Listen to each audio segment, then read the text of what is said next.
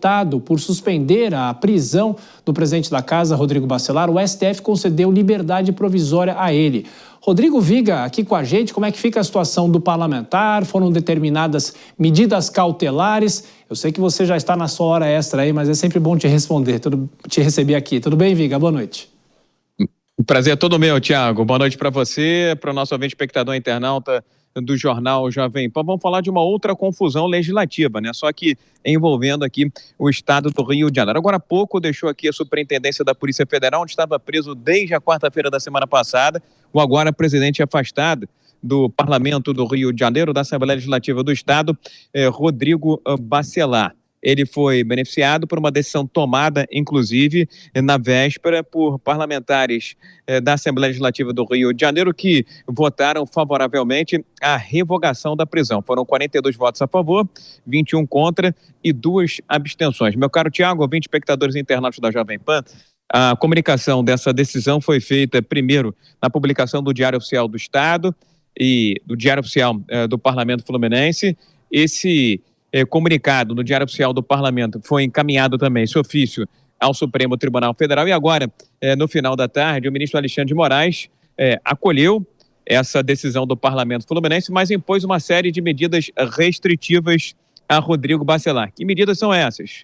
Utilização de tornozeleira eletrônica. Inclusive, essa tornozeleira eletrônica foi colocada aqui mesmo, algo meio que incomum, na Superintendência da Polícia Federal. Ele não pode voltar, não pode retomar a presidência da casa, não pode ter contato com outros investigados, no caso envolvendo suposta obstrução, suposto vazamento de informações da Operação de Setembro, que resultou na prisão de TH Joias. Além disso, tem que fazer o recolhimento noturno e entregar o seu passaporte ao juízo, ao Poder Judiciário. Inclusive, conversei com representantes da defesa, que já me disseram agora há pouco que vão recorrer dessas medidas cautelares, entre outras iniciativas que irão tomar. Meu caro Tiago, já está em casa o Rodrigo Bacelar. Antes de seguir até a sua casa em Botafogo, na zona sul do Rio de Janeiro, passou na SEAP, que é a Secretaria de Administração Penitenciária, para exame de corpo de delito. De uma maneira geral, falando da confusão fluminense e não da confusão de Brasília, a imagem do Parlamento do Rio de Janeiro sai muito manchada, ainda mais chamuscada e desgastada após esse episódio. Porque na decisão de Alexandre de Moraes da semana passada, ele diz que há uma forte influência do crime organizado no Legislativo do Estado do Rio de Janeiro. Então vamos ouvir aqui na Jovem Pan o decano, o deputado mais antigo da LERJ, Luiz Paulo Corrêa da Rocha, que admite que a situação foi muito ruim para o Executivo, para o Legislativo, para a política do Rio de Janeiro, essa prisão de Rodrigo Bacelar. Eu acho que numa história como essa, ninguém sai bem. Ninguém. O parlamento não sai bem, o Poder Executivo não sai bem. Não tem vitorioso num processo como esse. Qualquer dúvida leva à investigação. A investigação é que vai dizer. Por exemplo, o TH foi candidato a deputado. Ele já tinha sido condenado. E foi concedido a possibilidade dele se candidatar. E não foi o parlamento que concedeu. Ele foi diplomado. E não foi o parlamento que diplomou. Então, eu acho que questões como essa, todas as investigações têm que ser aprofundadas. Porque há necessidade imperiosa de se varrer as facções do nosso país.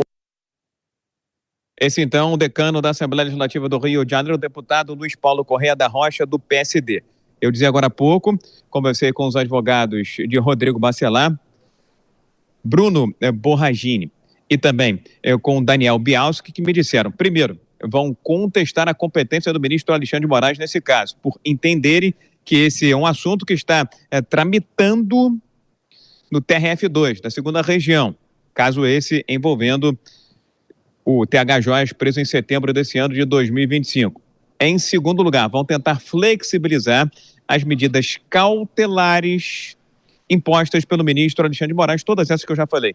Uso de tornozeleira eletrônica, entrega de passaporte, recolhimento noturno, não pode ter contato com outras pessoas e não pode principalmente retornar à presidência do Parlamento Fluminense. E em terceiro lugar, os dois me disseram, tanto o Daniel quanto o Bruno, que Rodrigo Bacelar não tem qualquer tipo de ligação com o crime organizado e que não vazou informações em setembro deste ano, antes da operação da Polícia Federal, que levou à prisão o deputado estadual à época, no exercício do cargo, Tiago Santos, o TH Jorge, que permanece preso desde aquele mês de setembro. Só para fechar, Tiago, ouvintes, espectadores, internautas desse jornal Jovem Pan, duas expectativas no horizonte. A primeira delas, a presença de Rodrigo Bacelar na CPI do crime organizado no Senado Federal. Já se sabe que ele vai ser convocado para prestar esclarecimentos. Querem saber se há ou não influência do crime organizado aqui no Parlamento Fluminense. E, por último, meu caro Tiago, toda a expectativa em torno do conteúdo do aparelho celular de Rodrigo Bacelar, que foi apreendido, já está sendo varrido, já está sendo vistoriado pela Polícia Federal, porque ali havia um enorme e farto conteúdo e muitas conversas de Bacelar com parlamentares, representantes do Poder Executivo e até mesmo com a classe empresarial. Tiago. Que coisa, né, Viga? Alerge nas manchetes de jornais de todo o país dessa situação do presidente, agora na prisão domiciliar, como você destacou para a gente aqui. Rodrigo Viga, bom descanso para você, volto sempre aqui ao Jornal Jovem Pan. Deixa eu chamar o Cristiano Vilela e também a Dora Kramer. Vilela, começa por você. Ontem a gente fazia já essa discussão.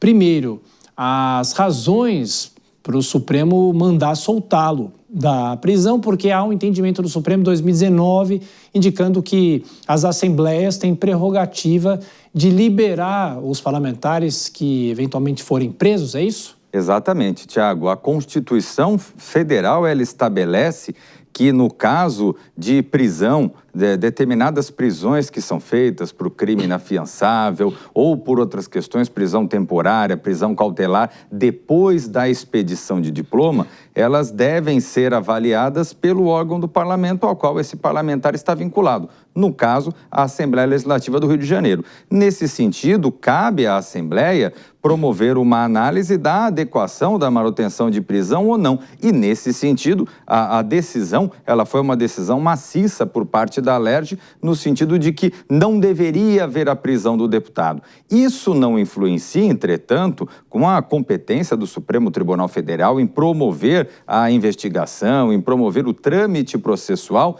referente ao parlamentar. Tanto que o STF manteve ali uma série de medidas cautelares, impossibilitando o contato entre os envolvidos, impossibilitando o exercício da previdência, restringindo horários de circulação, enfim, para que ele possa, com isso, ficar fora da prisão, mas com algum resguardo ao andamento das investigações. O termo certo é liberdade provisória, não é, Vilela? Não é prisão domiciliar nesse caso. Exatamente, é uma liberdade provisória, ele não está mais preso. Perfeito.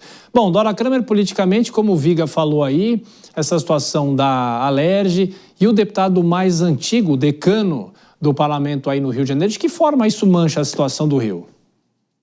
Ué, totalmente, é só uma mancha a mais, né? Porque o Rio a gente vê que é também nesse aspecto um cartão postal, mas um cartão postal negativo. Isso acontece país afora, mas aqui no Rio se concentra, né? E o deputado Luiz Paulo Corrêa da Rocha, ele levanta aí uma lebre interessante que vai para o Poder Judiciário, para a Justiça Eleitoral. Quem é que deu para aquele TH Joias, que é o tal ex-deputado que está preso por ligações com o Comando Vermelho e que gerou a prisão, a ordem de prisão contra o Rodrigo Bacelar, que por estar encobrindo a fuga desse TH Joias. Ele levanta, quem é que deu condição para ele se eleger?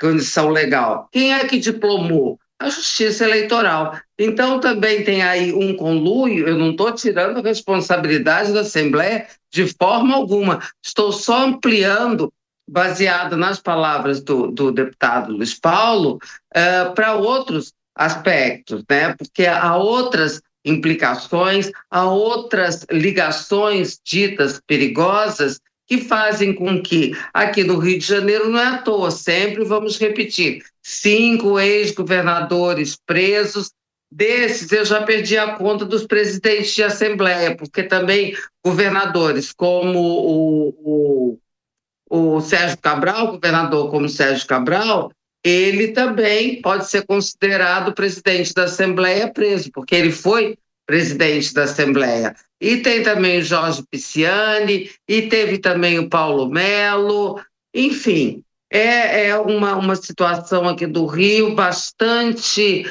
complicada e que essa votação de 42 a 21 na Assembleia Legislativa, com tudo que se soube sobre a atuação desse Rodrigo Bacelar, é um retrato do que acontece. A gente não pode esquecer que essa criatura foi reeleita por unanimidade presidente da Assembleia e era, até junho, até haver uma briga entre os dois, o candidato do governador Cláudio Castro à sucessão ao governo do Estado. Então, isso aí eu acho que conta um pouco da situação, dá um pouco da resposta que você me perguntou, né, Tiago? E esse Rio de Janeiro, como é que fica essa situação? Olha, eu só não digo que não pode ser pior, porque sempre pode piorar. De volta.